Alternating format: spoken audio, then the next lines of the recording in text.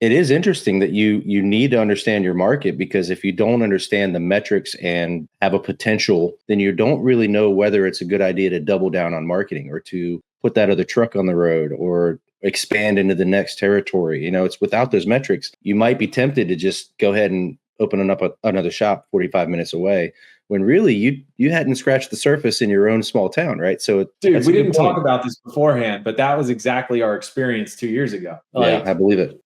Before I went through this exercise, I'm like, man, we're really we're capped here in our main area. Like, we're good. I got to go closer to Philly and open up another location down there because we're kept maxed out here. And we went ahead and did it. And man, I underestimated how much effort and energy it takes to launch into a new market with a brand that we feel like, we spent 10 years building our brand in our current market, and we're dominating this market.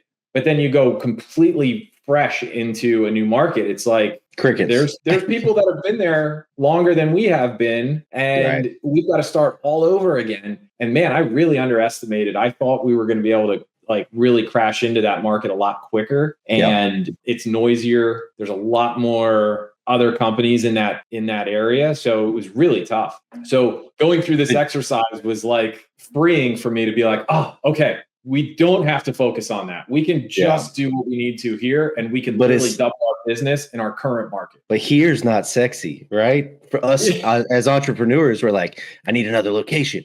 That's what I need, and you want to have all these multiple locations, and your ego gets involved, and you got to be really careful with that. I'm looking hard at Myrtle Beach, which is only 35 minutes away. Tempting. And it's tempting, right? Because I have a really strong brand presence in my small town of Pawleys Island, and it's working really well. But I bet you, if I look at the metrics, I've scratched it. In theory, I think the right business play would be to double down locally, right? Invest locally, get involved in more events and more local stuff, and just grassroots it, especially in today's market, right? Where Google ads and LSA cost a fortune. It's super expensive. Yeah. There's a great saying that I love, relates to marketing, and it's become 5 mile famous.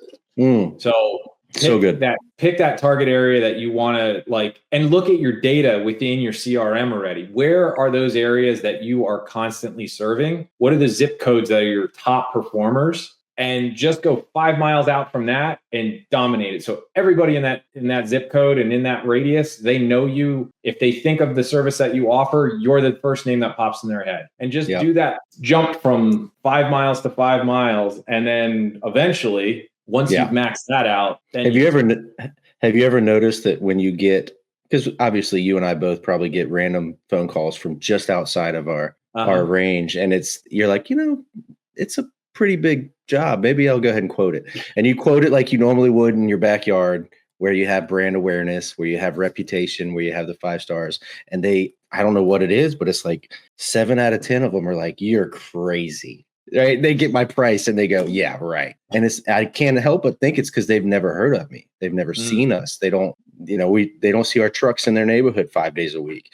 And so I think that's got a lot to do with it. Yeah, definitely. I think, brand recognition has a lot to do with building trust. So you're just some rando guy off the street. They have no idea. Or off Google. Yeah. Yeah.